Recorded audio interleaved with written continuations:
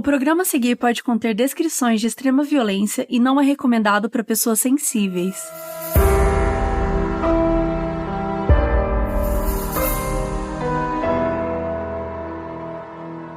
E aí, gente, tudo bem? Olá! E hoje, de novo, né, antes de começar tudo, a gente quer indicar uma causa que já apareceu por aqui, só que eles ainda precisam de ajuda. E lembrando que quem quiser pode sempre ajudar, né, seja com uma quantia ou até divulgando. O projeto é o apoio permanente para famílias negras e periféricas no enfrentamento ao genocídio pela Covid-19 da Uniafro Brasil. O que é o projeto nas palavras deles? Exigimos participar das decisões econômicas que possam assegurar emprego e renda digna ao povo preto e periférico, mas enquanto lutamos por direitos, não podemos ver as nossas e os nossos passando fome ou sem condições mínimas de atravessar esse período de pandemia. E a gente vai deixar o link da vaquinha no site deles, que presta conta de tudo que tá acontecendo para que vocês possam acompanhar. E como sempre, se doar, conta pra gente, a gente quer saber, e também quem puder pode compartilhar. Então vamos começar, né? Hoje o nosso caso é sobre o John Wayne Gacy, um serial killer americano que ficou bastante conhecido como o Palhaço Assassino. Ele era branco, gordo, usava um bigodinho e tinha aquele furinho no queixo. Era um cara conhecido no bairro como gente boa, carismático e até se apresentava, né, como palhaço pogo em eventos de caridade para crianças. Ele ficou conhecido como Palhaço Assassino porque ele torturou, estuprou e matou pelo menos 33 adolescentes em Chicago nos anos 70. E enterrou a maioria das suas vítimas num vão debaixo da própria casa. Imagina o cheiro da casa. Mara. Que nojo. E esse palhaço e serial killer foi que inspirou Stephen King a criar o Pennywise, de It, a Coisa, o livro favorito da Belle, e acho que da Mabê também, essas doidas. Deus me livre ficar sonhando com o palhaço assassino. Meu livro favorito é ser de um palhaço assassino. Gente, mas It é perfeito, não posso fazer nada. Na verdade, é meu segundo favorito, porque o primeiro é o Iluminado. Eu tenho uma tatuagem. A Mabê tem uma tatu, né, de Iluminado. Das gêmeas, né? É, das gêmeas. Só que a cabeça em vez de ser a cabeça delas, é o Cthulhu. E a Belle tem tatuagem também? Eu tenho do It. Do palhaço? Não do Pennywise. Mas eu tenho escrito Lover/Loser. Não é exatamente isso, mas é o V em cima do S. Quem é fã sabe, né? Eu sei. Um rolezinho do Clube dos Otários. É. E aí tem o balãozinho também que puxa assim no R. Ai, gente, postem suas tatus nas nossas redes sociais depois, pro povo ver. @moduspod, a gente vai postar aquela, eu acabei de pedir, elas vão ter que postar numa thread no nosso Twitter, @moduspod, e também nos nossos stories, que o nosso Insta é @moduspod, e vocês vão ter que se expor a isso. Obrigada. E sim, gente, este é mais um episódio patrocinado pela Darkside Books maravilhosa que amamos tanto. Yes! Amamos ser patrocinados pela Darkside. Sempre. O livro que conta essa história se chama Killer Clown. Ele foi escrito por Terry Sullivan, que é o promotor responsável, né, pela investigação e a prisão do Gacy, e também foi escrito por Peter Macon, que é um jornalista que acompanhou essa história toda. Aí, antes de começar, a gente precisa explicar um pouco como vai ser a nossa abordagem nesse episódio. Porque o livro já começa com a última vítima do Gacy, um pouco antes dele ser capturado. Então, o livro acaba focando muito mais em como foi o processo de investigação, como a polícia rastreou ele e tudo mais. Para vocês terem uma ideia, o livro começa no dia 11 de dezembro de 78, quando o Rob Pist, que é a última vítima dele, desapareceu. Aí, só na página 147, que a gente chega no dia 21 de dezembro, ou seja, 10 dias depois. Então, a gente tá falando muito aí dessa parte da investigação e tal, e aí depois, no finalzinho do livro, vem o julgamento e o veredito, que o livro conta também com muitos detalhes. E também tem um anexo no final do livro que é bem legal, que os autores colocaram um tempo depois, em 2012, que são várias reflexões e teorias sobre essa história. E ainda no final do livro tem uma parte sobre palhaços da vida real e dos filmes, e meio que uma mini bio de cada um deles. Então, por causa disso tudo, a gente vai focar mais na vida dele, e no meio do caminho a gente vai contando partes do livro que vão falar sobre a investigação e o julgamento. E para saber em detalhes toda a investigação, você tem que ler o livro do Darkside, que é o Killer Clown. Entra lá em darksidebooks.com.br e garanta o livro antes que ele acabe, gente, porque o BTK, a gente conseguiu zerar o estoque deles, então corre. E se você comprar o livro na loja oficial da Darkside, você pode usar o nosso cupom maravilhoso para ganhar um desconto. O cupom é MODUSDARK10. Modus, com U, né, que nem o nosso podcast, e 10, o numeral. E mais uma vez, obrigada, Darkseid, por acreditar nesse projeto, por acreditar no nosso podcast, e obrigada pelos ouvintes por nos apoiarem nos publis, vocês são demais. Então vamos começar pelo início, né? O John Wayne Gacy nasceu em 1942, em Chicago. Ele era o irmão caçula de mais 2 meninas. O pai era mecânico e veterano da Primeira Guerra, e a mãe era dona de casa. Ele tinha uma relação muito boa com as irmãs e com a mãe, só que era péssimo com o pai. O pai era alcoólatra, agredia constantemente todo mundo na casa, e uma dessas vezes, o pai do Gacy bateu nele com um cabo de vassoura e ele ficou inconsciente. Ele era muito violento. Então, além das agressões físicas, o pai dele também agredia ele verbalmente. Sempre comparava com suas irmãs e dava um jeito de diminuir ele. E mesmo assim, ele tentava a todo custo ter a aprovação dele, sabe? Só que era sempre em vão. Quando ele tinha 6 anos, ele roubou um caminhão de brinquedo de uma loja e a mãe dele o fez devolver e pedir desculpas. Daí ele levou uma surra de cinta do pai dele e a partir desse dia a mãe resolveu protegê-lo desses ataques. Então isso fez o pai dizer que ele era filhinho de mamãe e que provavelmente quando ele crescesse viraria bicha. Claro que o pai era homofóbico também. Então, gente, 1940, né? Nessa época, ser homofóbico era parte do processo. E aos 7 anos, ele e outro menino foram pegos tocando sexualmente uma criança mais nova, e o pai dele o chicoteou com um amolador de navalhas como punição. Nossa, velho. Era uma violência, assim, muito... Extrema. Muito extrema, muito extrema. E também nessa idade, ele foi molestado por um empreiteiro amigo da família.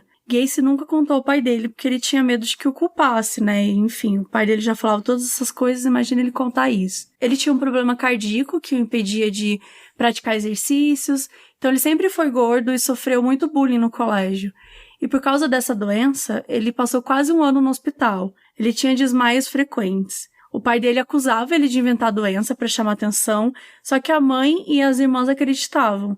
Apesar de só o pai desconfiar, os médicos nunca chegaram a uma conclusão sobre o que ele teria. Mesmo assim, ele continuava sendo ridicularizado e espancado, inclusive na frente dos amigos dele. Uma vez aos 15 anos, um amigo presenciou o pai dele espancando ele e a mãe tentando intervir do nada enquanto ele estava na casa do Gacy. Então, aos 18 anos, ele passou a se envolver com política como assistente de um candidato do Partido Democrata. O pai dele também achava ele patético por isso, e ele confessou, inclusive, anos mais tarde, que isso também tinha sido feito para buscar a aprovação do próprio pai. Quando ele se tornou um candidato, o pai dele deu um carro para ele. Quer dizer, ele deu, mas disse que o registro ficava com ele até que ele completasse os pagamentos, né? Demoraria anos para pagar e o pai acabou confiscando as chaves do carro e ele chegou a fazer cópias das chaves e aí o pai tirou uma das peças do carro para ele não conseguir usar e isso foi tipo a gota d'água pro John Wayne Gacy.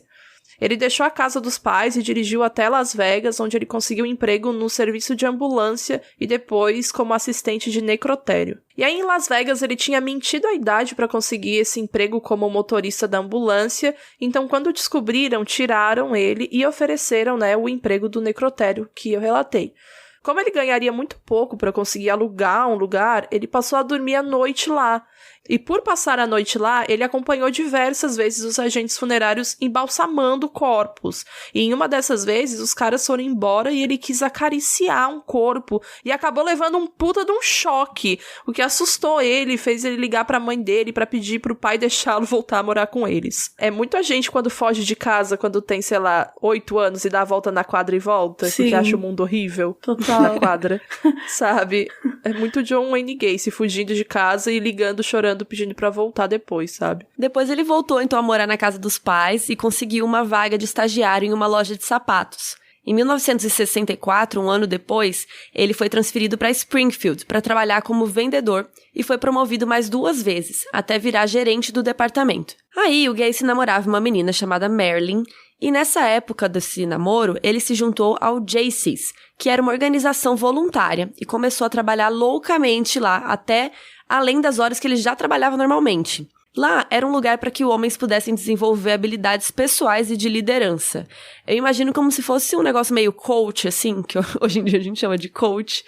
Era um negócio meio de liderança e organização cívica, e era para homens entre idades de 18 e 40 anos. Essa organização durou 10 anos, mas no seu auge ela contou com 350 mil membros, inclusive entre eles Bill Clinton, Bill Gates, Ed Kemper, que é um serial killer que depois a gente vai falar aqui também, e o Ronald Reagan. Nossa senhora, mas que galera. Cavucou o lixão, hein? Cavucou.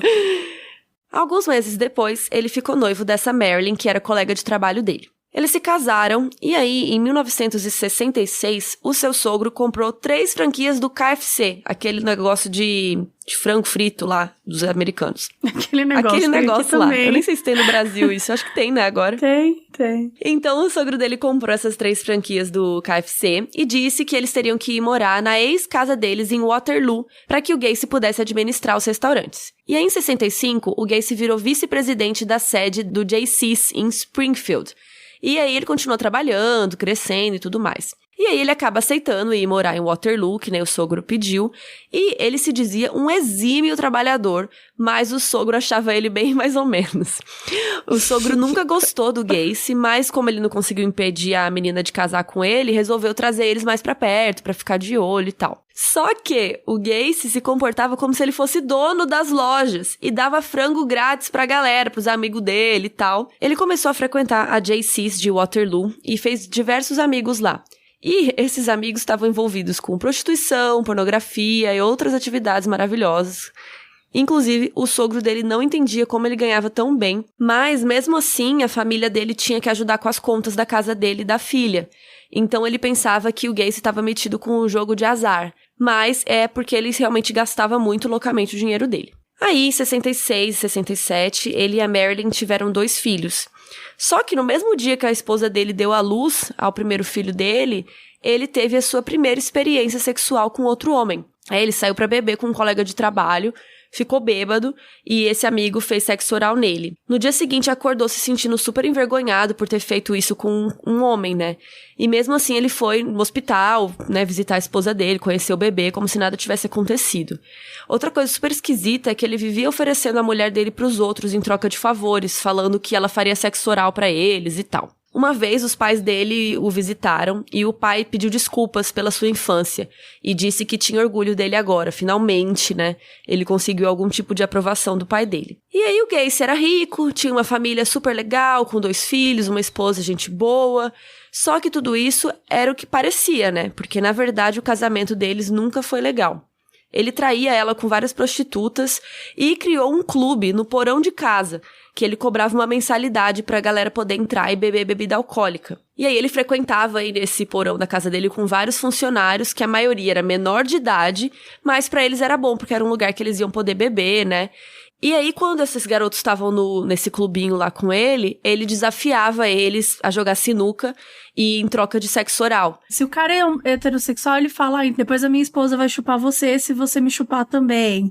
E aí também tinham outros que ele ficava falando assim, não, na verdade é um experimento científico. Cada hora ele falava um negócio e ele tinha essa coisa de que ele tava fazendo um experimento científico, que ele precisava testar um negócio de homossexuais, umas paradas assim. E tinha vezes também que ele até falava que tinha contato com mafiosos de Chicago, porque ele gostava de pagar de fodão, né, que tinha muito poder, essas coisas. Então a gente já disse anteriormente, né, que serial killers geralmente matam pessoas que eles sentem atração ou que representam algo importante pra eles. Então o Gacy, ele se definiu como bissexual para sua segunda esposa, só que apesar disso, a maioria das suas vítimas eram garotos adolescentes, e todas as suas vítimas eram homens, sem exceção. Em 67, ele comete então o seu primeiro crime. Ele embebeda e convence o filho de um colega de trabalho a receber sexo oral dele por várias vezes. Esse era o Donald Voorhees, que ele tinha apenas 15 anos. Então, um dia, ele atacou um menino de 16 anos, que era funcionário do KFC, chamado Edward Lynch. Nessa época, a esposa do Gacy estava no hospital, depois de ter parido a segunda filha deles. E aí ele convidou esse cara, né, o Edward Lynch, pra na casa dele, né, tomar uns drinks e jogar sinuca. Aí ele apostou com ele um oral, só que quando o menino ganhou o jogo, ele não quis. Daí ele ficou bravo, o Gacy, pegou uma faca e mandou ele entrar no quarto. Os dois brigaram e o garoto ficou com um corte no braço. Aí eles voltaram pro porão, que o Gacy queria mostrar filme pornô pra ele, só que o menino só queria ir embora. Então ele imobilizou e prendeu as mãos do Edward nas costas dele com uma corrente e um cadeado e mandou ele sentar e ficou se esfregando nele. Só que o Edward conseguiu escapar, ele deu uma porrada no Gacy que caiu. Aí o Gacy amarrou seus pés e o enforcou, e aí o Edward fingiu que desmaiou. E aí o Gacy ficou preocupado e perguntou se estava tudo bem, e aí levou ele pra casa dele. Ele ia cometer alguma coisa, mas depois ele, não sei, ele se arrependeu, talvez? Eu acho que ele só não tinha noção, tá ligado? Das coisas em relação a isso. Tipo, de que ele realmente poderia matar o cara, de que realmente poderia acontecer algo bem mais sério. Tanto que, tipo, eles brigaram lá com faca e o rolê todo, e depois, como se nada acontecesse, vamos lá no porão ver filme pornô. Eu acho que ele ainda não sabia que ele era capaz de matar o que ele queria matar, Exatamente. né? Ele tava fazendo testes, assim. E daí, 1 ano depois, o Donald, né, aquele primeiro que a gente contou, o primeiro caso, né, a primeira vítima, contou pro seu pai, que conta pra polícia, e o Gacy é acusado pelo crime de sodomia. Então, sodomia, ele vem lá da Bíblia, né? Existem um monte de interpretação pra isso, a gente não vai entrar nesse mérito, só que é uma palavra que ficou muito atrelada ao sexo entre 2 homens. E lei da sodomia é uma lei que define certos atos sexuais como crime. E o significado de sodomia, segundo o dicionário, é a prática do sexo anal. Só que nessa época, se 2 homens praticassem sexo oral, também poderia caracterizar como crime de sodomia. E também era motivo para uma pessoa ir presa, inclusive podendo ser condenada à prisão perpétua ou até a pena de morte, dependendo do estado. Um absurdo. É absurdo, só que a gente tá falando dos anos 60, né? Embora Gacy tivesse 25 anos e Donald 15, não tinha nenhum tipo de noção de pedofilia naquela época e tinha um estigma muito forte em relação aos homossexuais. É aquele famigerado, pedofilia tudo bem, mas Deus o livre, homem com homem, mulher com mulher. Exato, quando a gente sabe que a situação aqui, obviamente, era problemática por outros motivos e não por serem 2 homens, né? Porque se fossem 2 homens da mesma idade, consentido, etc., ainda assim existia toda esse estigma e tudo mais. Então, outras vítimas denunciaram o Gacy também, que negou todas as acusações e pediu pra fazer um teste de polígrafo. Gente, não faz teste de polígrafo! Ele não passou, né? Que além de tudo era burro. Ele então falou que a motivação era política, porque o pai do Donald tinha sido contrário à sua nomeação à presidência da sede da JC's. E muitos colegas deles compraram a história do Gacy, né? E alguns meses depois, o Gacy pediu a um dos funcionários que atraísse o Donald para um local afastado, espirrasse spray de pimenta nos olhos dele e o espancasse e mandasse ele não testemunhar contra o Gacy. Isso realmente aconteceu, mas o Donald conseguiu fugir e o denunciou para a polícia de novo. O funcionário do Gacy foi preso no dia seguinte e confessou que o Gacy fez mesmo o pedido para ele. O Gacy ele foi preso, mas ele conseguiu sair sob fiança. Ele foi obrigado a se submeter a testes no hospital psiquiátrico da Universidade Estadual de Iowa. E ele tinha muita alteração de humor, ligava pra esposa, chorava e se gabava de ganhar muito dinheiro, dizia que todas as acusações eram mentirosas. Ele obrigava outros pacientes a arrumar a cama dele e denunciava quem ele achava que estava violando as regras. Ele também se intrometia até nos assuntos da gerência do hospital, reclamando de funcionários que não passaram pano no chão ou que não limparam direito. E na segunda semana ele já se achava tipo o chefão da porra toda, sabe? Ele assumiu sem ninguém pedir a responsabilidade de orientar os pacientes recém-chegados. Ele ficava puxando o saco dos médicos o tempo todo pra conseguir privilégios e ficou lá, no fim, por 17 dias. Ou seja, ele fez tudo isso em 17 dias, gente. Imagina o inferno conviver com esse cara, sabe? Nossa, internado ele é um junto. inferno. O laudo médico dele apontou que ele distorcia a verdade em tal ponto que ele não aceitava passar uma imagem ruim de si mesmo e só admitia algo quando era diretamente confrontado. Ele tinha um QI de 118 e o médico disse também que os testes indicavam um grau elevado de inteligência social, que ele sabia muito como se comportar para influenciar os outros. Os médicos então concluíram que ele estava apto a ser julgado. O Gacy ele se declarou culpado pela acusação do Donald, né, mas inocente pelas de outros jovens. Ele insistia que o Donald consentiu tudo que rolou. E no dia que ele foi condenado, a esposa dele pediu o divórcio. E depois disso ele nunca mais veria os filhos que ele teve e a ex-esposa, né, a Marilyn, ignorou ele pelo resto da vida dele. E aí ele foi sentenciado a 10 anos de prisão. Mas em pouco tempo ele se tornou cozinheiro-chefe e também conseguiu um aumento de salário para os presos que trabalhavam na cantina. Ele é muito safo, né? Dá muito pra perceber, né? Como ele tem essa lábia de querer sempre estar liderando as coisas e tal, real como foi diagnosticado. E ele fez questão de não se aproximar de nenhum gay que tivesse preso, ele ficava pagando de héterozão e tal.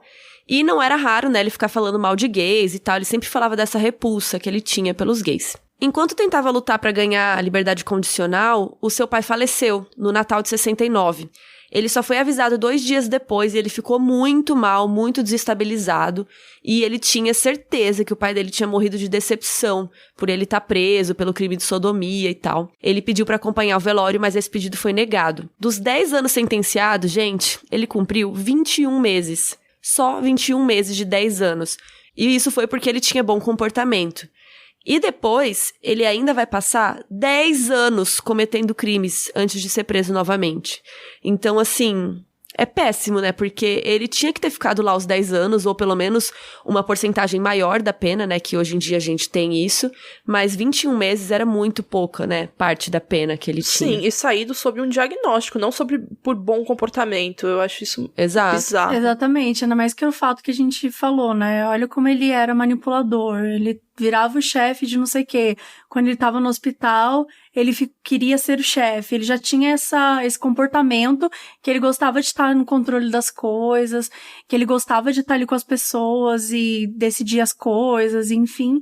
Então, eu acho que é muito perigoso soltar uma pessoa dessas como bom comportamento, porque essa pessoa sabe o que ela tem que fazer pra fingir que tem um bom comportamento. Total. Né? E aí, em 1970, quando ele tinha 27 anos, ele se mudou para Chicago, voltou a morar com a mãe, e pouco tempo depois ele conseguiu um emprego de cozinheiro. E aí, em 71, óbvio que de novo ele foi acusado de violentar um adolescente, de novo. Só que nada acontece feijoada, porque a vítima não compareceu ao tribunal. Então, né, nada aconteceu. E apesar disso violar a condicional dele, porque ele tinha saído da prisão, ele não foi indiciado. Nunca aconteceu nada. Ninguém descobriu que ele violou a condicional dele. O estoque de pano sendo passado, né, pro homem branco padrão. Então, Michael Reed, ele conheceu Gacy quando ele tava caçando boy na rua, né, que era como ele chamava. Então, Gacy levou pra casa e fez sexo oral nele. E por algum motivo, Michael e eles resolveram abrir um negócio para prestar serviços de pintura e manutenção. Só que o apartamento da mãe do Gacy era muito pequeno pra eles, sim, os 3, porque eles começaram a morar tudo junto. E os materiais que eles precisavam comprar não cabia, né, não tinha espaço. Então ele convenceu a mãe a comprar uma casa. E essa seria a casa que ele ia passar o resto da vida dele fora da cadeia. É bizarro, sabe? O poder de manipulação, de convencimento dele, persuadindo as pessoas. Tipo assim, convencer o cara a morar com ele depois de ter encontrado ele e ter tido rally rola lá. Aí ele depois convence a mãe a comprar uma casa nova porque não cabia as coisas que ele queria no apartamento antes, que era muito pequeno. Tipo assim, sabe? E aí, segundo o Michael, o Gacy fez o seguinte no intervalo de 2 semanas. Ele contou que ele se fingia de policial pra algemar e espancar rapazes com quem ele saía. Tipo, ele tava contando isso pra um cara que ele, né, tinha tido rally rola, como a Bel falou. E aí, agora ele tava falando, olha, eu me finjo de policial pra algemar e espancar rapazes com quem eu saio. E aí, um dia, o Gacy, né, levou ele até um viveiro de plantas e ele percebeu que o Gacy estava com uma barra de ferro na mão. E aí ele perguntou por que ele estava carregando aquilo, o Gacy falou assim, pode ter confusão. E daí ele ficou achando estranho, ficou insistindo, mas por que você tá com isso, por que você tá isso?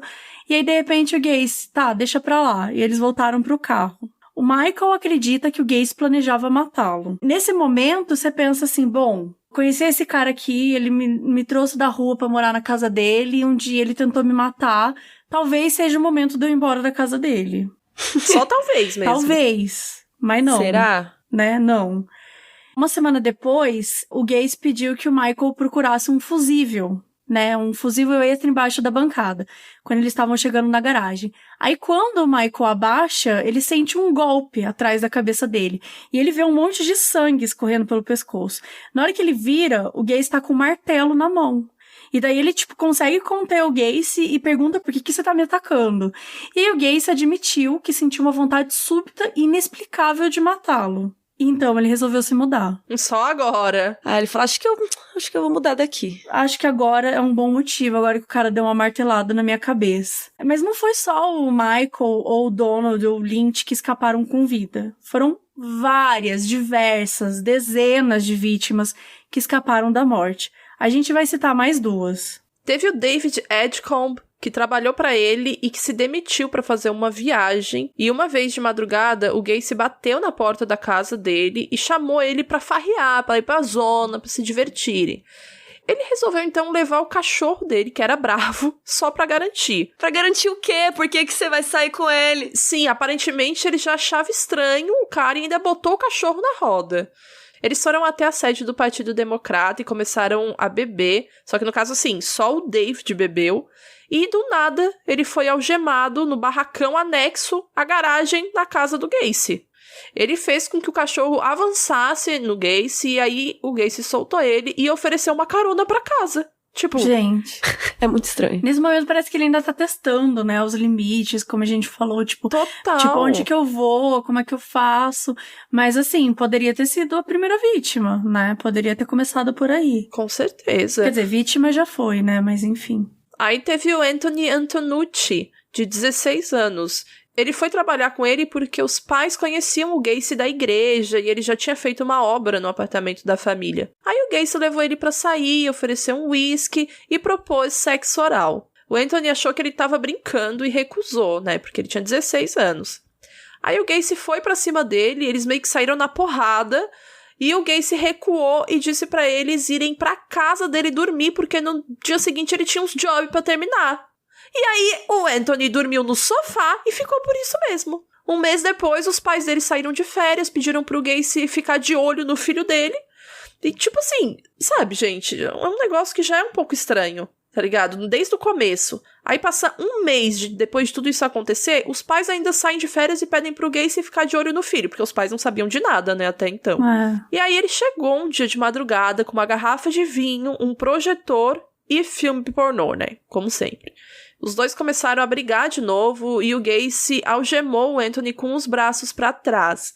Ele se levantou e foi até a cozinha, e enquanto isso, o Anthony meio que se livrou de uma das algemas e ficou no chão esperando, né? Só que ele fingiu que ainda estava algemado. Quando o Gacy voltou, o Anthony derrubou ele na porrada também e imobilizou ele. E ele era da equipe de luta livre da escola, então ele era bom de briga e algemou o Gacy. E aí o Gacy ficou muito surpreso e falou que o Anthony foi o único que conseguiu se soltar daquelas algemas e colocá-las nele. Ele esperou uns 10 minutos e aí depois soltou o Gacy e mandou ele embora. E aí, um tempo depois, ele se envolveu com uma ex-namorada da escola e logo eles ficaram noivos e se casaram. Uma semana antes de se casar, ele foi preso e acusado de lesão corporal dolosa e conduta imprudente.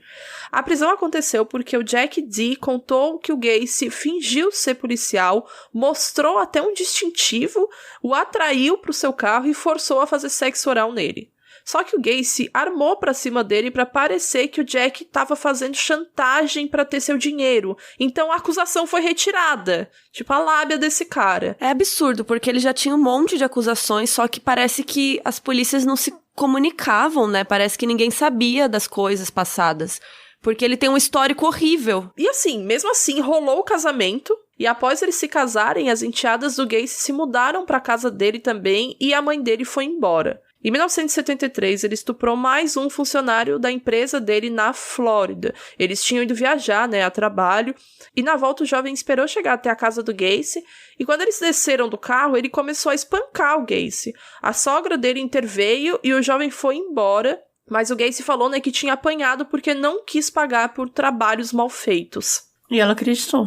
Ela acreditou total. E, tipo assim, o cara tinha espancado ele porque tinha sido estuprado. Exato. Todo mundo da região gostava do Gacy. Ele era considerado um homem de negócios que fazia um trabalho voluntário, filiado ao Partido Democrata, dava empregos, né, para jovens, frequentava a igreja também. Era um homem de família, era um homem de bem. Em 75, ele conheceu um grupo de palhaços que se apresentava nos hospitais para entreter crianças. E daí ele criou o seu personagem Pogo, o palhaço. E aí ele costurou suas próprias roupas e aprendeu a se maquiar. E primeiro ele cobria todo o rosto de pó branco, daí desenhava um triângulo delineado com preto e pintava de azul. E saindo das narinas ele fazia um desenho que parece quase o símbolo do Batman, sabe? E pintava de vermelho, bem forte. Ele fazia a boca de um jeito diferente que os palhaços faziam normalmente na época, de modo que deixava o seu rosto mais assustador do que divertido. Vocês podem procurar até fotos no Google que tem da maquiagem que ele fazia. É um pouco não, ele é muito assustador mesmo. Vou colocar numa threadzinha também. Lá no nosso Twitter, @moduspod. Isso. Um ano depois disso, ele confessou para a segunda esposa que era bissexual. E aí, no Dia das Mães, eles transaram e ele avisou para ela que seria a última vez, que aquilo nunca mais ia acontecer, porque ele era bissexual. Acho que ele não sabe o que é bissexual, né? Exatamente. Acho que, na verdade, ele era gay, né? É que ele não queria falar porque, nossa, que horror, que pecador, etc. Ela encontra várias revistas pornôs e fica meio de saco cheio dele trazer os funcionários pro porão de casa e não deixar ela entrar lá, e aí eles decidem se separar. E aí, inicialmente, a empresa dele realizava pequenos reparos, mas depois expandiu para instalações, montagens, paisagismo. A empresa começou a faturar tanto que ele ficou milionário em 1978. Só que calma, gente, porque antes da gente chegar em 1978, ainda tem muito crime pela frente. Vamos falar um pouco do modus operandi dele, né, que já é o nosso nome aqui do nosso podcast, que o modus operandi dele era bem parecido, assim. Como a gente vai ver, ele é um serial killer, então ele mata várias pessoas. E todas as suas vítimas eram homens brancos, a maioria deles jovens. E ele saía à caça, e é muito comum a gente ver serial killer falando que caça, né, que é como se ele fosse um predador, assim. E ele saía à caça nas ruas de Chicago com o seu carro preto e ele ficava procurando as vítimas.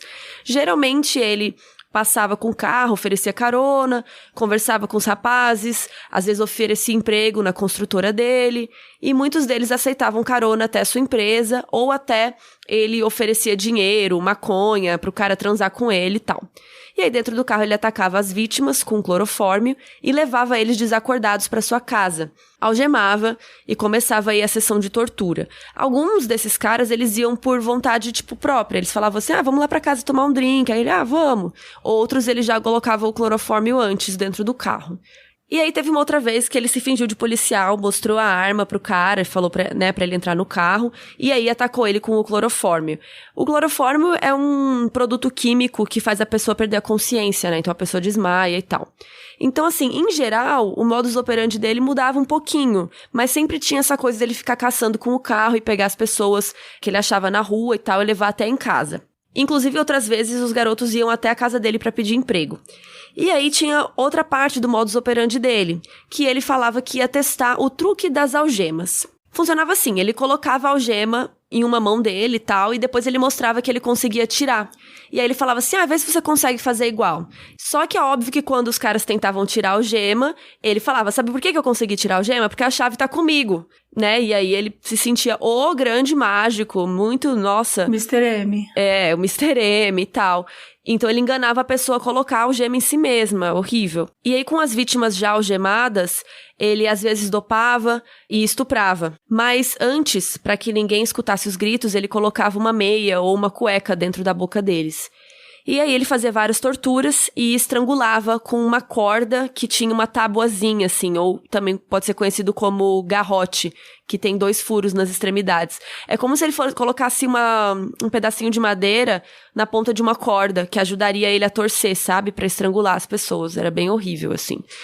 E aí, em geral, ele dormia com o corpo e aí deixava pra resolver, digamos, no outro dia. Então, existe esse debate, né? Quanto tempo ele passava com os corpos, ou se era mais, se era menos. Mas, em geral, ele chegou a dormir com corpos já na sua cama antes de enterrar. Então, mais tarde, o Gacy, ele vai contar que ele teve centenas de experiências sexuais, né? Ele falava que ele tinha tido tanta experiência sexual que ele nem conseguia lembrar quando alguém mostrava uma foto ou falava um nome pra ele. Ele se achava o maior transão. E a gente sabe que a maior parte, né, dessas experiências não eram nada consensuais. Ele foi acusado de pelo menos 33 homicídios. Por conta disso, a gente não vai conseguir passar por toda a timeline, que é muita gente, né? São 33 casos. Então a gente vai trazer só alguns para ilustrar um pouco da crueldade que ele fazia. A sua primeira vítima fatal foi um garoto de programa, em 1972, quando ainda ele nem era casado. E foi sem querer. Ele pegou, né, um jovem de 16 anos num terminal de ônibus, nessas vezes, como a Carol falou, que ele passava de carro e tal, e convidou para ir para sua casa. No dia seguinte, o Gacy acordou e o Jack McCoy, né, o cara, ele tava com uma faca na mão no quarto do Gacy. Aí o Gacy levou um susto, né, pulou assim em direção ao cara, achando que ele queria matar. E aí o cara levantou a mão pra cima, só que acabou, sem querendo, machucou o antebraço do Gacy. E os dois lutaram, até que o Gacy deu várias facadas nele, até a morte. E aí, quando ele chega na cozinha, parte do café da manhã estava em cima da mesa. O McCoy tinha colocado mesa pra 2. E ele tinha entrado no quarto com a faca à toa.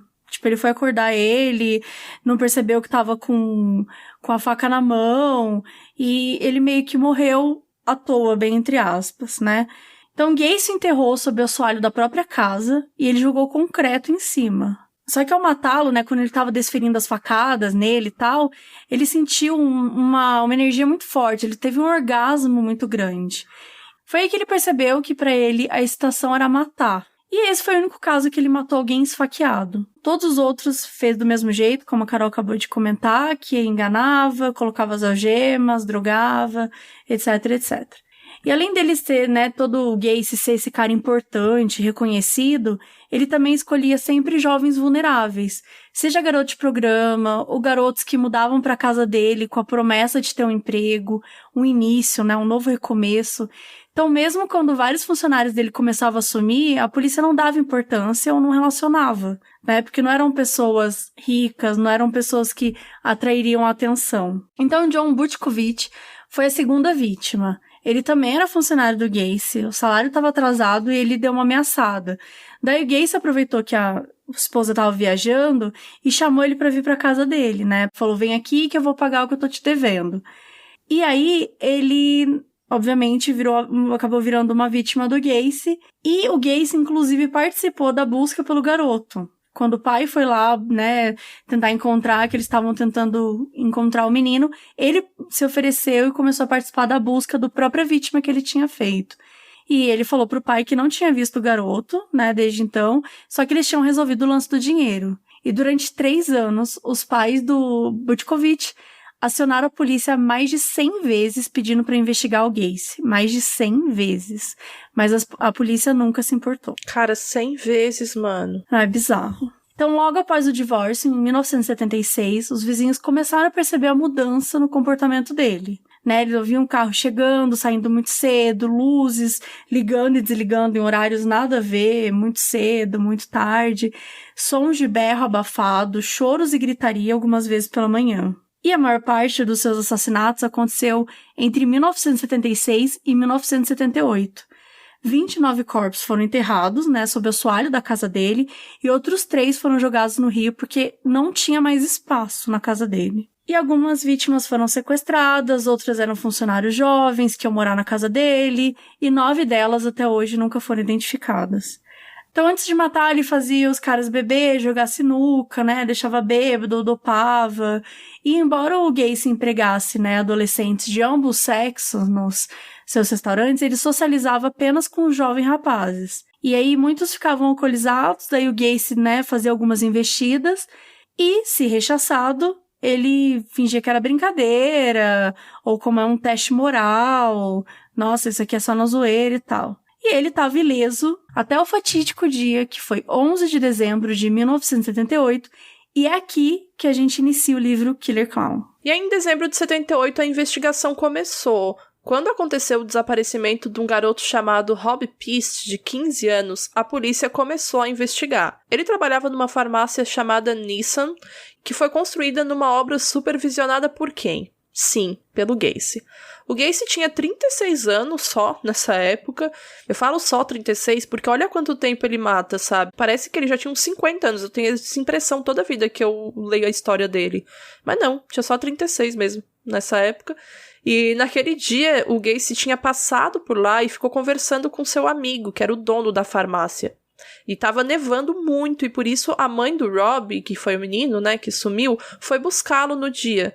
Mas ele disse que já voltava porque ia negociar algum outro trabalho e que esse outro trabalho pagaria mais. Ele estava insatisfeito na época porque não ia receber o aumento que tinha sido prometido. Quando o menino não voltou, a mãe dele achou bem estranho porque era aniversário dela, sabe? Tinha uma festinha em família que ele estava doido pra ir, então ele jamais sumiria assim do nada.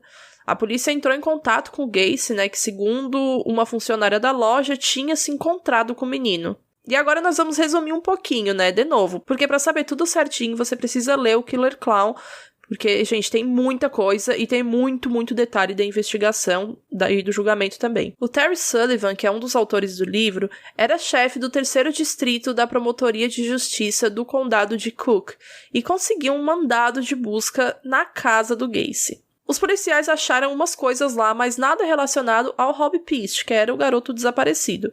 Eles sentiram um cheiro bizarro vindo de debaixo da casa. E acharam também 2 carteiras de habilitação de 2 homens, bastante pornografia gay e um pênis de borracha, várias fotos dele de palhaço e algo que se tornaria muito importante depois, que foi o recibo de uma revelação de fotos da farmácia Nissan. A última prisão dele tinha sido em julho do mesmo ano por agressão.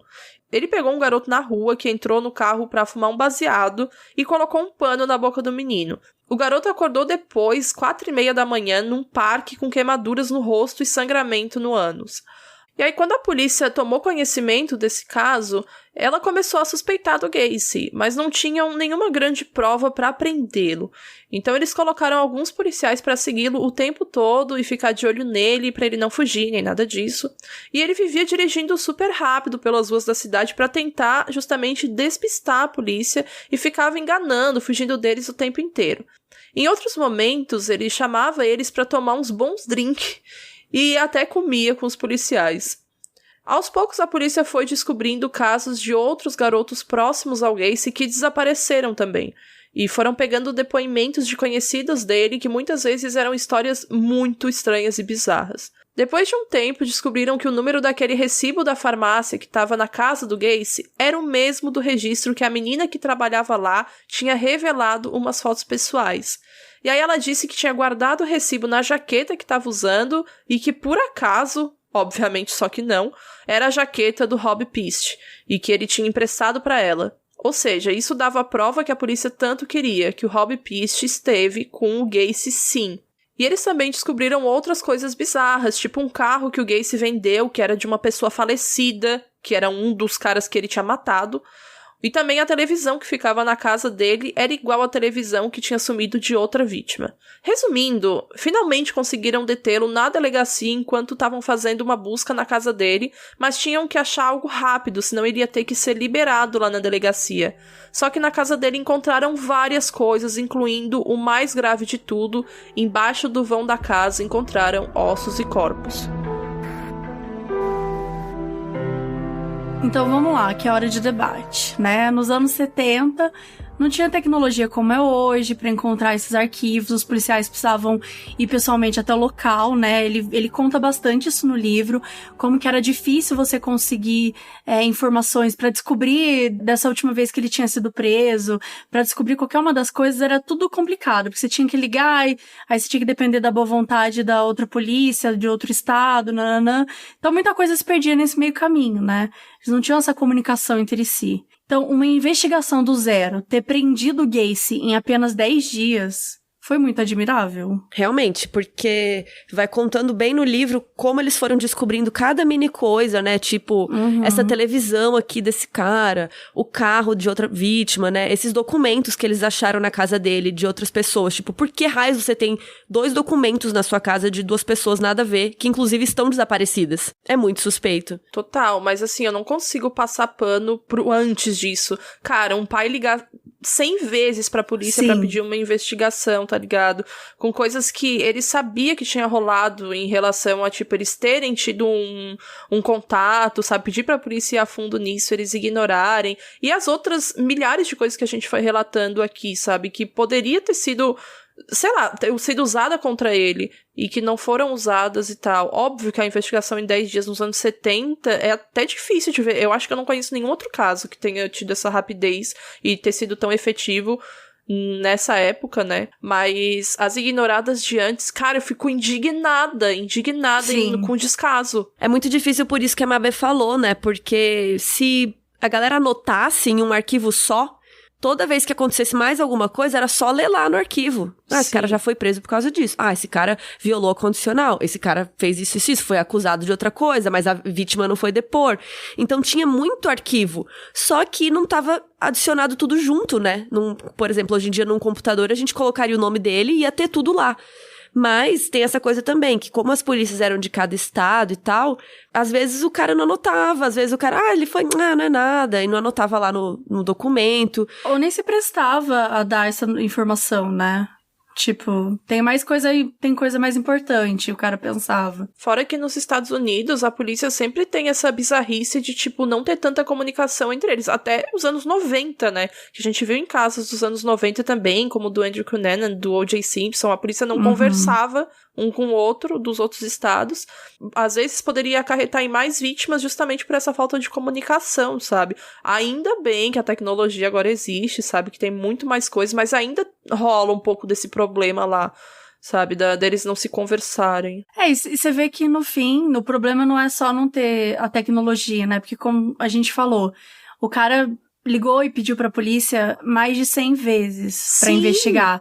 Então, assim, você também pode ter toda a tecnologia do mundo, se eles não estão interessados no caso, eles não estão nem aí, né? Ou se não é um caso que parece alguma coisa maior. Quer dizer, ele precisou encontrar uma casa que tivesse 29 corpos enterrados, né? Pra você dar importância pra esse caso. Mas e todas as vezes que aconteceu coisas com ele? Ele também era muito esperto, o Gacy, porque ele, tipo, muitas vezes ele falava com pessoas que eram vulneráveis, né? Não tinham dinheiro, não tinham situação financeira boa, às vezes morava na rua, era um garoto de programa. Então, de novo, isso é muito das vezes que a gente vê. Às vezes, parte do perfil das vítimas, as pessoas olham para essas pessoas que, no fundo, a polícia não se importa. Porque são invisíveis, são pobres, são pessoas que não têm condições, pessoas que, às vezes, não têm família próxima, a família tá muito longe, a família nem sabe que tá sumido e tal. Então, você vê que quando tinha algum garoto aqui e ali, que a família, né, se importava e procurava, ainda assim a polícia não fez nada. Então, e aí teve até aquela vez que ele chegou a ser acusado, mas o cara não compareceu. Isso pra mim é muito bizarro, o fato de que ficou por isso mesmo, sabe? Porque assim, se uma pessoa não aparece, pode significar várias coisas. Pode significar que ela tá mentindo, pode significar que ela tá mentindo. Mas também pode significar que ela foi coagida, pode significar que ela tá com medo. Então assim, como é que não foi, né, investigar essas partes também? Como que não chegou? Ainda mais porque no histórico dele já tinha aquilo dele ter mandado espancar um cara pra não ficar depondo contra ele, tá ligado? Nem denunciando. O foda não é a falta de tecnologia, o problema são as pessoas, como sempre, né? Então, é muito difícil. O descaso, enfim.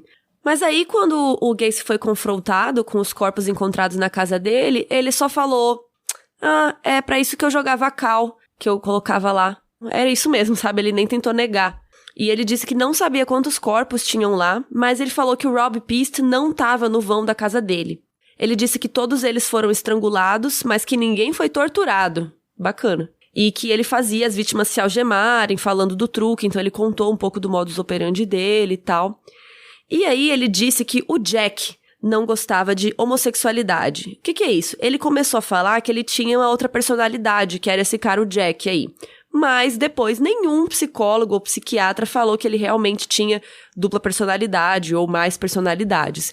Então, pelo que a gente imagina, era mentira essa história do Jack aí. Ele desenhou um mapa exato de onde estariam os corpos dentro da casa dele. Vamos, né, de novo. Aquela época não tinha nada tecnológico, nem nada.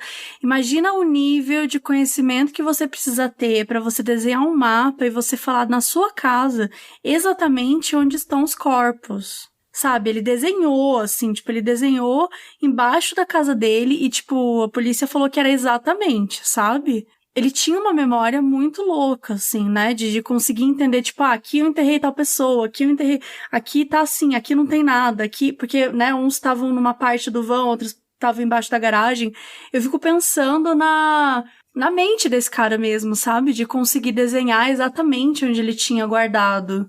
É muito bizarro. E aí, ele contou que ele fazia os funcionários dele cavarem os buracos no vão da casa.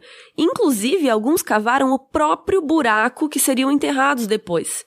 Ele não conseguia cavar porque, coitado, ele tinha problema no coração. Então, ele pedia para os funcionários fazerem isso. Pra dar um piripá que antes não dava, né? Ai, que ódio. Nossa, seria incrível. Alguns corpos estavam em estado de decomposição tão grande que só foi possível reconhecer por causa da arcada dentária. E tudo isso foi muito triste, né? Várias famílias de jovens desaparecidos foram até lá, né, quando estavam fazendo as investigações. Inclusive, a polícia tinha cercado a casa dele, muita gente foi até lá, tudo. Mesmo sem saber se a vítima tinha sido alguma vítima do Gacy ou não, muita gente ficou com a esperança de talvez saber, né, o final que teve algum filho, algum parente e tal. Foi criado um número gratuito para que jovens que fugiram de casa pudessem entrar em contato com os pais para avisar que eles não tinham sido vítimas do Gacy. Olha o nível, né? Vários pais ligaram perguntando se algumas das vítimas tinham olhos azuis, sardas, alguma característica para tentar saber dos filhos e tal. Só que assim, gente, os corpos estavam em decomposição muito, tipo, avançada. Não dava nem para ver se a pessoa teria olhos azuis ou sardas, sabe? Infelizmente. O que ajudou a identificar algumas vítimas foram esses objetos que encontraram na casa do Gacy. Por exemplo, uma menina reconheceu a fivela do cinto do namorado e uma medalha religiosa que ela tinha dado pra ele. E o cheiro na casa, gente, era insuportável. No livro é muito relatado isso. E ainda por cima saía água ali no meio, era assim, a descrição nojento. É bem horrível. Muitos jornalistas ficaram ali do lado de fora tentando pegar algum furo, alguma foto, alguma notícia, qualquer coisa. E no fim de tudo, depois que todos os corpos foram removidos, toda a bebida da casa do Gacy tinha sumido. Os armários estavam todos vazios. O que aconteceu? Os policiais e os detetives que estavam trabalhando ali tomaram tudo. Um promotor auxiliar contou isso para um dos autores do livro anos depois e disse que não julgava porque era difícil encontrar alguma forma de lidar aquilo sem bebida, porque era muito pesado o que eles estavam fazendo ali, o escavamento e tudo mais. E demorou muito tempo, né? Não é que eles conseguiram tirar tudo, sei lá, em meia hora. Foi um processo foi horrível, até porque demorado. Eles tinham que preservar o máximo possível do que eles encontravam ali para poder identificar ou para poder ter provas, né, contra ele também depois. E aí a gente chega, né, no julgamento e na condenação. Tentaram dar o golpe, que ele era insano, e por conta da crueldade, muita gente acreditava que ele era louco mesmo, né? A promotoria contava com Bill Kunkel, que tinha ampla experiência com alegações de insanidade. Ele era um psiquiatra forense. Então, enquanto a defesa tentava alegar insanidade, a promotoria tinha que provar que ele era são. Mas isso é muito bizarro. É foda porque isso é normal, né? Porque quando você alega insanidade, aí geralmente a pessoa, em vez de ir pra uma prisão comum, ela vai pra uma clínica psiquiátrica, às vezes, né? Ou uma prisão... pena reduzida, né? Eles mudam um pouco algumas das regras do julgamento ou de punição. Então, geralmente, muita gente tenta esse negócio de alegar insanidade. E é muito fácil quando você tem 29 corpos enterrados na sua casa alegar que, né, o cara era insano. Mas geralmente não era doido. A maioria dos serial killers não são, né, considerados insanos. Tem casos que, lógico, que tem os que são, que precisam ficar internados em clínica, serem reavaliados e tal. Mas a maioria realmente tenta se aproveitar, mais ou menos, disso da legislação, principalmente lá nos Estados Unidos, alegando que são insanos, a defesa ou a público ou até advogado que é contratado mesmo, alegando que é insano, que não sabia lidar, etc., não sabia o que estava fazendo e tal, para eles terem como as meninas falaram, uma folga, entre aspas, na pena. Ou não serem condenados à morte, né? Que no caso ali do Gacy ainda existia pena de morte naquele estado e não foi comutada. Se ele fosse tido como um serial killer mesmo, com plena consciência de tudo que estava fazendo. E que ele não era normal, todo mundo sabia, né? Só que eles queriam provar que ele tinha consciência de que o que ele fez foi errado. E tinha muita mídia envolvida, né? Imagina, todo esse caso é estranho pra caramba, encontrar os corpos na casa, tinha muita proteção policial, enfim, era um caso que chamou a atenção do país inteiro. E os jornalistas, eles faziam de tudo para obter depoimento, né, informação de médico, policial. E um dos médicos legistas tinha respondido ao jornalista que só um esquizofrênico teria feito aquilo. Então isso prejudicou muito, na época, a acusação. Então, quando a defesa ela não consegue contestar os fatos, ela quase sempre procura falha na investigação. Então, por conta do estado de decomposição dos corpos, como a gente já comentou, não tinha como estimar quanto tempo que os restos mortais estavam lá.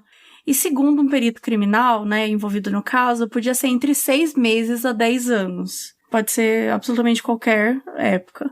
E aí depois veio o depoimento do médico legista, e a defesa tentou levantar uma hipótese de asfixia autoerótica, que era né, alegando que era possível que as vítimas tivessem morrido sufocadas sem querer durante a masturbação. Literalmente jogaram a culpa na vítima. Não, literalmente. Então, enlouquecido com a defesa ter sugerido isso, né, o Kanko, o psiquiatra, ele tem a seguinte conversa com o médico legista. Carol, seja médica legista aí, eu vou ser o Kanko. Beleza. Você já tinha visto nós como os usados por gays em algum dos casos de asfixia autoerótica investigado pelo seu departamento? Não. Se alguém usar uma ligadura ou pedaço de corda para estrangular o indivíduo até deixá-lo inconsciente, mas sem matá-lo, e depois o mata enfiando um chumaço de pano ou papel em sua boca, seria menos homicídio do que se tivesse sido consumado o intento na primeira vez? É homicídio. Então, se alguém usa um artefato como esta corda aqui, em um menino de 15 anos, enche a garganta dele de papel, joga ele vivo no rio, e ele se afoga, deixaria de ser homicídio? Não, não deixaria. Se alguém usa um artefato como este em um adolescente, estrangula até deixar inconsciente e depois o enterra no porão e ele morre asfixiado em sua própria cova, deixaria de ser homicídio? É homicídio. Sem mais perguntas. Bom. Drop the mic! Perfeito. Arrasou. Esse cara é maravilhoso. Bom, depois dessa interpretação maravilhosa, digna de Oscar, a gente segue falando. Foram muitas testemunhas chamadas para corroborar o caso, e um deles foi o dono de Voorhees, que estava com 27 anos agora. E ele contaria a história do abuso e depois do Gacy ter pago um funcionário para espancá-lo. Ele tentou falar algumas vezes, mas ele falava muito devagar e estava sofrendo tanto que foi incapaz de depor. Olha quanto tempo depois, sabe, gente? 11 anos depois. A presença dele foi importante para que o júri visse o estrago que o Gacy tinha feito na vida dele. No dia 13 de março de 1980, o Gacy foi condenado à morte pelo assassinato de 33 jovens. E agora eu citarei uma parte do livro, é a página 357. Há alguns meses, um grupo de promotores de outro país esteve aqui e não entendeu como era possível, nos Estados Unidos, julgarmos alguém preso neste tipo de situação. Muito se falou dos custos desse processo. Eu não sei quanto custou, mas seja qual tenha sido o custo, é um preço pequeno. A voz do juiz ficou embargada, ele abaixou a cabeça por um momento e enxugou os olhos antes de continuar. Minha voz está falhando porque eu realmente sinto com toda sinceridade que este é um preço pequeno a se pagar pela nossa liberdade. O que fazemos pelos John Gacys, disse, agora com a voz firme, fazemos por todo mundo. Foi muito forte, né, esse veredito do juiz e todo o discurso dele no final. E o John Gacy, ele passou 14 anos no corredor da morte antes de ser executado por injeção letal no Centro Correcional de Statesville, no dia 10 de maio de 1994. E nos meses seguintes à execução do Gacy, as pinturas dele foram leiloadas. Muitas foram compradas para serem destruídas numa fogueira comunitária com 300 pessoas, incluindo famílias de 9 das suas vítimas. Gente, isso foi tudo para mim, saber disso. Eu amei. É interessante, né? As pessoas pagaram pra poder ter o direito de destruir as pinturas dele. Isso é muito simbólico. É, e mais do que isso, pra as pinturas ficarem com elas, né? E não virar uma coisa pra ser mais algo para as pessoas vangloriarem e criar toda uma... né, um folclore em cima dele. Ou ele ser conhecido como artista e não como um assassino, que foi o que ele foi. Exato. E aí, logo que acaba o livro, tem uma parte que o autor, né, os autores trazem um pouquinho do depois, né, depois que tudo isso aconteceu, quais as teorias que surgiram. É super interessante também. Existe uma teoria de que o Gacy não trabalhava sozinho, não agia sozinho, né. A partir da investigação de uma das vítimas, alguns dos advogados falaram que tinham provas de que ele não tinha agido sozinho. Só que isso acabou indo nunca pra frente. E tem uma outra teoria. Então a gente tem o John Morey, que é um ex-fuzileiro, ele foi encontrado enterrado na casa do Gacy. E aí o Morey sumiu, né, porque foi atacado e assassinado pelo Gacy. E aí, quando os amigos do Morey foram na casa dele pra tentar descobrir o que aconteceu e tal, encontraram outro cara lá. Tipo, ele tinha mudado 4 dias antes, entendeu? Do cara sumir. Tinha acabado de mudar pro apartamento dele. Estavam morando juntos. E aí os amigos iam lá, tal, ai, onde que tá esse cara? E só encontrava esse cara estranho aí, que tinha acabado de chegar, que, por acaso, por coincidência da vida, ele trabalhava pro Gacy. Ele tinha a chave do escritório do Gacy, a chave da casa do empreiteiro, ele tinha acesso a várias coisas. E aí um dia eles estavam bebendo com esse cara, e aí ele revelou que conhecia um lugar onde tinha um monte de cadáveres, só que ninguém sabia, nem a polícia. Daí, quando ele foi interrogado pela polícia, ele negou saber dos corpos. Ele falou que, não, Gacy me chamou pra cavar uma vala aqui, mas era pra passar cano, não sei nada dessa história. A polícia, né, achou estranho, só que nunca foi pra frente. E aí na prisão, o Gacy pintou um quadro que mostrava a casa dele e deu pra um amigo. E na pintura, você consegue ver um homem espiando a partir do canto. E esse mesmo homem que tá, né, espiando a partir do canto é o mesmo ajudante de obras. É o mesmo cara que tava bêbado, o mesmo cara que falou que sabia de um lugar onde tinha um monte de cadáver. E havia também um testemunho de Jeff Rignall, que sobreviveu, né, a um ataque do Gacy. E segundo ele, na noite que ele foi estuprado, tinha um outro homem na casa dele. E aí ele deu a descrição desse homem, e é a mesma descrição do homem lá, ajudante de obra, que é a mesma descrição do cara do quadro. Enfim, né? Bate com todas as características físicas do cara do quadro. E apesar das duas teorias, né, a maior parte dos envolvidos acredita que não, que ele era controlador demais para envolver um terceiro. Os autores do livro dizem mesmo que nunca obtiveram nenhuma prova de que ele tinha recebido ajuda para cometer assassinatos, né? Não tem a menor dúvida de que vários homens ajudaram Gacy a cavar as valas, mas não acredito que eles tinham participação nas mortes, né? Teria dito o promotor. E também tem a teoria de que ele matava vestido de palhaço, né? Que ele se vestia como Pogo, que era o personagem dele, e matava. Eu acho que isso também é como se fosse um alter ego dele, né? Esse lance dele se vestir de palhaço e tal. É como se fosse um outro momento, é um momento que ele era querido pelas pessoas e tal. Mas assim, são teorias que ele se vestia de palhaço enquanto matava, não tem nenhuma evidência sobre isso. Na revelação da confissão dele e tal, ele nunca contou nada disso. A versão oficial é que ele simplesmente matava as pessoas, não vestido de palhaço. Calhou dele ser um palhaço, né? Isso, calhou dele ser um palhaço. É como se eu virasse assassina e colocassem lá, a podcaster assassina, ela, sei lá, a youtuber assassina. Ele até virou palhaço depois de ser assassino, né? Ele começou a matar antes e tudo. Tem muita gente que morre de medo de ler qualquer coisa da história porque fala, não, porque ele se vestia de palhaços e matava crianças. Tipo, associa tudo, sabe? E é mais vendável, é muito mais interessante. Sim, a mídia só fala assim, né? Tipo, palhaço assassino. E aí um dos autores do livro, né, o Terry Sullivan, ele conta que o caso do Gacy vai acompanhar ele pra vida inteira. E por conta disso, dessa história, ele não aceita mais pegar casos, assim, cruéis. Segundo ele já viu mortes demais na vida, ele não precisa de mais mortes no escritório dele. E olha que interessante, ou horrível, ou não sei.